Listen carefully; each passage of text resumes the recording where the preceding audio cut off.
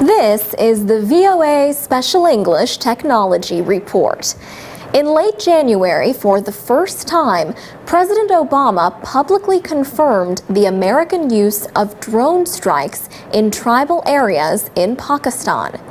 He answered a question on the subject during a Google video conference with people around the United States.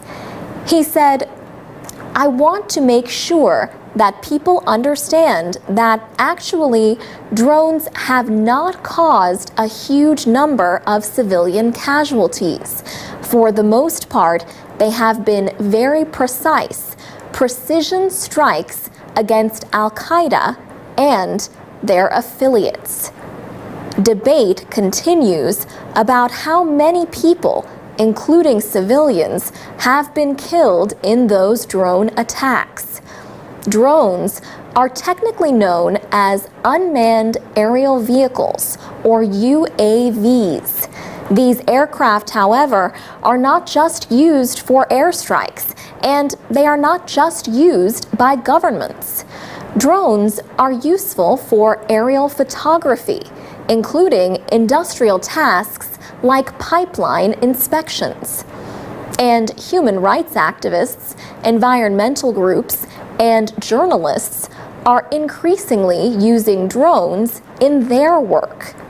Drones can fly above news events to capture images that reporters may not be able to get close to on the ground. Matt Wade is a journalism professor at the University of Nebraska, Lincoln. Students in his drone journalism lab are exploring different uses for drones in news reporting.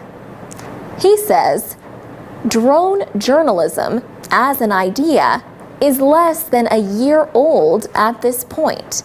The first instance I saw was a labor protest in Poland where a man had a remote-controlled helicopter and he put a camera on it and he flew it up and got just a view of the protests from the air. And you could see police moving into position to kind of block the protest route." A video on YouTube shows images captured by the so-called RoboCopter. A group of citizen journalists in Moscow used a similar drone camera to record protests during Russian parliamentary elections.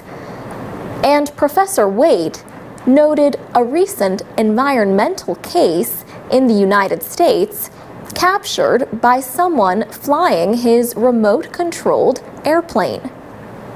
He spotted a meat-packing plant that was polluting a nearby creek that ran into a nearby river. He had images of a river of blood flowing out of this meatpacking plant, which was against the law. And environmental regulatory authorities were alerted to it. Drone use in the United States is now rare because of federal restrictions on airspace. However, a new law calls for easing those restrictions by 2015. For VOA Special English, I'm Alex Villarreal.